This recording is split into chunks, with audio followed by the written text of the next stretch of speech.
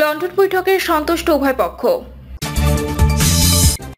তাৎক্ষণিক প্রতিক্রিয়ায় মির্জা ফখরুল, ডক্টর ইউনূস, তারেক রহমানের বৈঠকে অনিশ্চয়তা কেটে গেছে। ডক্টর ইউনূস জাতিকে বন্দী করে ফেলছেন, বলছেন এম.এ. আজিজ। এবং সর্বশেষ জানাবো, বাসাবাড়িতে কিয়ামত পর্যন্ত গ্যাস সংযোগ বন্ধ রাখা উচিত, বলছেন জ্বালানি উপদেষ্টা। শুনছিলেন সংবাদ শিরোনাম, এবারে বিস্তারিত। লন্ডন বৈঠকে সন্তুষ্ট উভয় পক্ষ। অন্তর্বর্তী সরকারের প্রধান উপদেষ্টা অধ্যাপক ডক্টর মোহাম্মদ ইউনূস ও বিএনপির ভারপ্রাপ্ত চেয়ারম্যান তারেক রহমানের মধ্যে বৈঠক হয়েছে। 1.5 ঘন্টার বৈঠক শেষে দুই পক্ষের প্রতিনিধিরা তাদের সন্তুষ্টির কথা জানিয়েছেন। লন্ডনে বৈঠক পরবর্তী যৌথ সংবাদ সম্মেলনে জাতীয় নিরাপত্তা উপদেষ্টা খলিলুর রহমান ও বিএনপির স্থায়ী কমিটির সদস্য আমির খসরু মাহমুদ চৌধুরী বলেছেন, বৈঠকের আলোচনায় তারা সন্তুষ্ট হয়েছে। লন্ডনের ডরচেস্টার হোটেলে বাংলাদেশ সময় দুপুর 2টায় ডক্টর ইউনূস ও তারেক রহমানের বৈঠক শুরু হয়। বাংলাদেশ সময় বিকাল 3:30টায় বৈঠকটি শেষ হয়। পরে এই হোটেলে যৌথ সংবাদ সম্মেলন হয়। সেখানে কথা বলেন খলিলুর রহমান ও আমির খসরু মাহমুদ চৌধুরী। সংবাদ সম্মেলনের শুরুতেই একটি যৌথ বিবৃতি পড়ে শোনান নিরাপত্তা উপদেষ্টা খলিলুর রহমান। বিবৃতিতে বলা হয়, বিএনপির ভারপ্রাপ্ত চেয়ারপারসন সহ তারেক রহমান লন্ডনে সফররত প্রধান উপদেষ্টা প্রফেসর ডক্টর মোহাম্মদ ইউনূসের সঙ্গে সাক্ষাৎ করেন। অত্যন্ত সৌহার্দ্যমূলক পরিবেশে তাদের বৈঠক অনুষ্ঠিত হয়। বিবৃতিতে বলা হয়, তারেক রহমান প্রধান উপদেষ্টার কাছে আগামী বছরের রমজানের আগে নির্বাচন আয়োজনের জন্য প্রস্তাব করেন। দলের চেয়ারপারসন বেগম খালেদা জিয়াও মনে করেন ওই সময় নির্বাচন অনুষ্ঠিত হলে ভালো হয়। জবাবে প্রধান উপদেষ্টা বলেন যে তিনি আগামী বছরের এপ্রিলের প্রথমার্ধের মধ্যে নির্বাচন অনুষ্ঠানের ঘোষণা দিয়েছেন।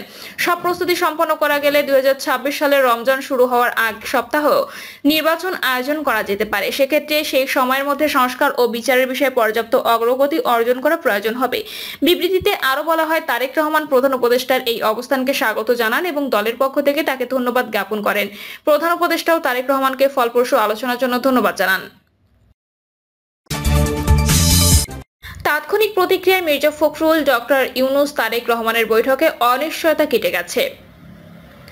অন্তর্বর্তী সরকারের প্রধান উপদেষ্টা অধ্যাপক ডক্টর মোহাম্মদ ইউনূস ও বিএনপির ভারপ্রাপ্ত চেয়ারম্যান তারেক রহমানের বৈঠকের মধ্য দিয়ে অনিশ্চয়তা কেটে গেছে বলে মন্তব্য করেছেন মির্জা ফখরুল ইসলাম আলমগীর।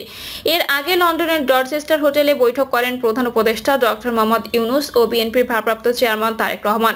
গুরুত্বপূর্ণ এই বৈঠকে অংশ নিতে বাংলাদেশ সময় দুপুর 2টার দিকে হোটেলে পৌঁছান তারেক রহমান। সেখানে তারেক রহমানকে স্বাগত জানান প্রধান উপদেষ্টা মোহাম্মদ ইউনূসের প্রেস সচিব শফিকুল আলম ও নিরাপত্তা উপদেষ্টা খলিলুর রহমান। এরপরেই দুই নেতার বৈঠক শুরু হয়। এই বৈঠক সম্পর্কে তাৎক্ষণিক প্রতিক্রিয়ায় বিএনপি মহাসচিব বলেন, জাতির এই বৈঠকের অপেক্ষায় ছিল। বৈঠকটি টার্নিং পয়েন্টে পরিণত হয়েছে। নির্বাচন ইস্যুতে তারেক রহমানের প্রস্তাব ছিল। ডক্টর মোহাম্মদ ইউনূস বিচক্ষণতার পরিচয় দিয়েছেন। এই বৈঠক প্রমাণ করে সংকটের মধ্যেও মানুষ ঐক্যবদ্ধ হতে পারে। বিএনপি মহাসচিব আরো বলেন, এখন অতীতের সব ভুলে জাতীয় ঐক্য গড়ে তোলা প্রয়োজন। আমরা নির্বাচনের প্রস্তুতি নিয়ে গণতান্ত্রিক পথে এগিয়ে যাচ্ছি। গণতন্ত্র চর্চার বিষয় একে অপরকে গালাগালি না করে জাতীয় ঐক্যমত্যের ভিত্তিতে দেশকে এগিয়ে নিতে হবে। দলের ভারপ্রাপ্ত চেয়ারম্যানের নেতৃত্বে প্রশংসা করে বিএনপি মহাসচিব বলেন, এর মাধ্যমে তারেক রহমান আবারও প্রমাণ করলেন রাজনৈতিক যে দলগুলো রয়েছে সেই দলগুলোর নেতৃত্ব যারা দিচ্ছেন তাদের মধ্যে নিঃসন্দেহে রাষ্ট্রনায়কোচিত গুণগুলো তার মধ্যে রয়েছে। প্রথম একটি বৈঠকে গোটা জাতি অত্যন্ত উদ্বিগ্ন ছিল। সেই বৈঠকে তিনি আল্লাহর রহমতে সফল হয়েছেন। আমি আমার দলের পক্ষ থেকে সব নেতাকর্মীদের পক্ষ থেকে তারেক রহমানকে ধন্যবাদ জানাচ্ছি।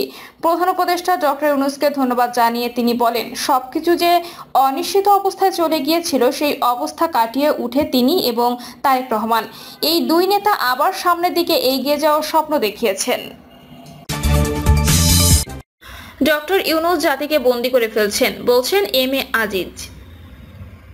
প্রধান উপদেষ্টা ডক্টর মোহাম্মদ ইউনূস জাতিকে বন্দী করে ফেলছেন বলে মন্তব্য করেছেন দ্য ফিনান্সিয়াল পোস্টের প্রধান সম্পাদক এম.এ. আজিজ। লন্ডনের প্রধান উপদেষ্টা ও বিএনপির ভারপ্রাপ্ত চেয়ারম্যান তারেক রহমানের বৈঠক নিয়ে তিনি এ মন্তব্য করেন। ডক্টর ইউনূস ও তারেক রহমানের মধ্যে বৈঠকে দূরত্ব আশা দেখছেন রাজনীতিবিদরা। এ প্রসঙ্গে এম.এ. আজিজ বলেন, দূরত্ব কমার আশা করাটাই স্বাভাবিক, কারণ ডক্টর ইউনূস জাতিকে বন্দী করে ফেলছে এবং তিনি তার কথা ঠিক রাখেন নাই। এই জন্য প্রত্যাশা যেমন আছে তেমনি সন্দেহ আছে, কারণ তিনি বলেছিলেন রাজনৈতিক দলগুলো যতটুকু সংস্কারে একমত হয় ততটুকু নিয়ে নির্বাচনে যাব, না হলে নির্বাচনে যাব না।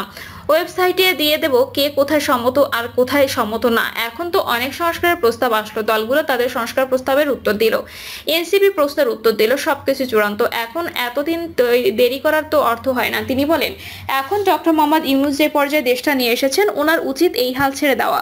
উনি দেশ চালাতে পারছেন না, এখন আলটিমেটলি রাজনীতিবিদরা দেশ চালাবে। উনি কিছু এনজিও আর কিছু বিদেশিদের নিয়ে দেশ চালাচ্ছেন, এটা আমি পছন্দ করি না। এই সরকারের বিদায় হওয়া উচিত। কারণ হিসেবে তিনি বলেন, বিশ্বব্যাংক বলেছে আগামী বছর 3.3 জিডিপি গ্রোথ হবে। এই 3.3 যদি ঠিক হয়, তার মানে 2026 সালে দুর্ভিক্ষ হবে। কারণ জিএসপি সুবিধা বাতিল হবে। IMF এর সকল শর্ত পূরণ করে লোন নিয়েছে এবং ইউয়ান ভিত্তিক লোন নিয়েছে $7.5 বিলিয়ন। এটা হয়ে গেছে $12 বিলিয়ন। তিনি দাবি করেন, আগের সরকার এবং এই সরকারের মধ্যে কোনো পার্থক্য নেই। গত সরকারের আমলে যেসব টাকা পাচার হয়েছে, সেই টাকা উদ্ধারের জন্য ডক্টর ইউনূস লন্ডনে আলোচনা করতে গেছে। হাসিনার সময় তো লাখ কোটি টাকা পাচার হয়েছে, কিন্তু ডক্টর ইউনূস তো সব ছাত্র বসিয়ে দিয়েছেন প্রত্যেকটা মিনিস্ট্রিতে। সবাই তো চুরি করছে, ওনার উপদেষ্টাদের APS থেকে শুরু করে সবাই তো টাকা পয়সা কামাচ্ছে। এই টাকা উদ্ধার করবে কে? MA আজিজ দাবি করেন, ডক্টর ইউনূস বিদেশিদের দিয়ে দেশ চালাচ্ছেন। 17 জন প্রবাসী ওনাকে সাহায্য করছে। 9 জন উপদেষ্টা আছে সরাসরি বিদেশি নাগরিক। ডক্টর ইউনূস নিজেও আমেরিকার নাগরিক। আমরা কি দেশ স্বাধীন করেছি বিদেশিদের দেশ চালানোর জন্য? তিনি দাবি করেন, এখন দেশটা এমন জায়গায় আছে, এখন যদি ছেড়েও দেয়, নির্বাচন হওয়ার পরে যে সরকার ক্ষমতায় আসবে তাদের জন্য কঠিন সমস্যা হবে।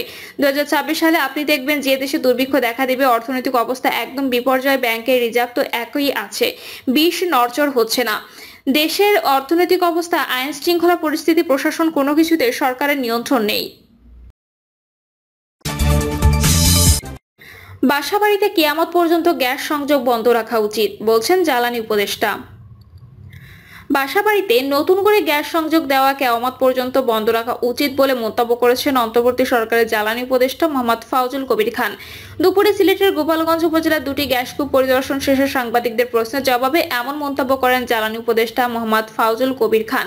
তিনি বলেন, কিয়ামত পর্যন্ত অপেক্ষা করলেও আবাসিকে গ্যাস সংযোগ দেওয়ার সম্ভাবনা নাই। সুযোগ থাকলে ঢাকার সব বাড়িতে গ্যাস সংযোগ বন্ধ করে দিতাম। তিনি বলেন, গৃহস্থালিতে পাইপলাইনের গ্যাস ব্যবহার করে অপচয় করা হচ্ছে। আমার পক্ষে যদি সম্ভব হতো তাহলে ঢাকার সব বাড়িতে গ্যাস সংযোগ বন্ধ করে দিতাম। সিলেটের যেসব এলাকা থেকে গ্যাস উত্তোলন হয়, সেসব এলাকার বাসিন্দারা তাদের বাসাবাড়িতে গ্যাস সংযোগ দেওয়ার জন্য দীর্ঘদিন দাবি জানিয়ে আসছেন। এ ব্যাপারে কেন উদ্যোগ নেওয়া হবে কিনা এমন প্রশ্নের জবাবে জ্বালানি উপদেষ্টা বলেন, শিল্প কারখানা যেখানে গ্যাস পাচ্ছে না, সেখানে বাসাবাড়িতে গ্যাস দেওয়া অপচয়। নতুন করে আর গৃহস্থালিতে গ্যাস সংযোগ দেওয়া হবে না। কিয়ামত পর্যন্ত এই সুযোগ বন্ধ রাখা উচিত। তবে যেসব এলাকায় গ্যাস উত্তোলন করা হয়, সেসব এলাকায় স্বল্প মূল্যে সিলিন্ডার গ্যাস সরবরাহ করবে সরকার। ফাউজুল কবির খান বলেন, প্রতি বছর প্রায় 200 মিলিয়ন ঘনফুট গ্যাসের উৎপাদন কমছে, সেই সঙ্গে LNG আমদানি বেড়েছে। এক্ষেত্রে গ্যাসের উৎপাদন বাড়িয়ে আমদানি কমানোর চেষ্টা চলছে। সিলেটের কৈলাসটিলা 7 ও সিলেট 10 গ্যাস কূপ থেকে প্রতিদিন 16 মিলিয়ন ঘনফুট গ্যাস জাতীয় গ্রিডে যুক্ত হচ্ছে। শুক্রবারও 2টি কূপ পরিদর্শন করেন বিদ্যুৎ, জ্বালানি ও খনিজ সম্পদ মন্ত্রণালয়, সড়ক পরিবহন ও সেতু মন্ত্রণালয় এবং রেলপথ মন্ত্রণালয়ের দায়িত্বে নিয়োজিত উপদেষ্টা মোহাম্মদ ফাউজুল কবির খান। এর আগে সকাল 9:30টায় তিনি উপজেলার পৌর এলাকায় কৈলাসটিলা গ্যাস ফিল্ডের 7 নম্বর কূপ এলাকা, বাপেক্সের রিক বিজয় 12 ও কৈলাসটিলা 1 নম্বর কূপে ওয়ার কভারের নিমিত্ত প্রস্তুতকৃত রিক প্যাড পরিদর্শন করেন। এরপর তিনি একই উপজেলাধীন কৈলাসটিলা MST প্ল্যান্ট পরিদর্শন করেন।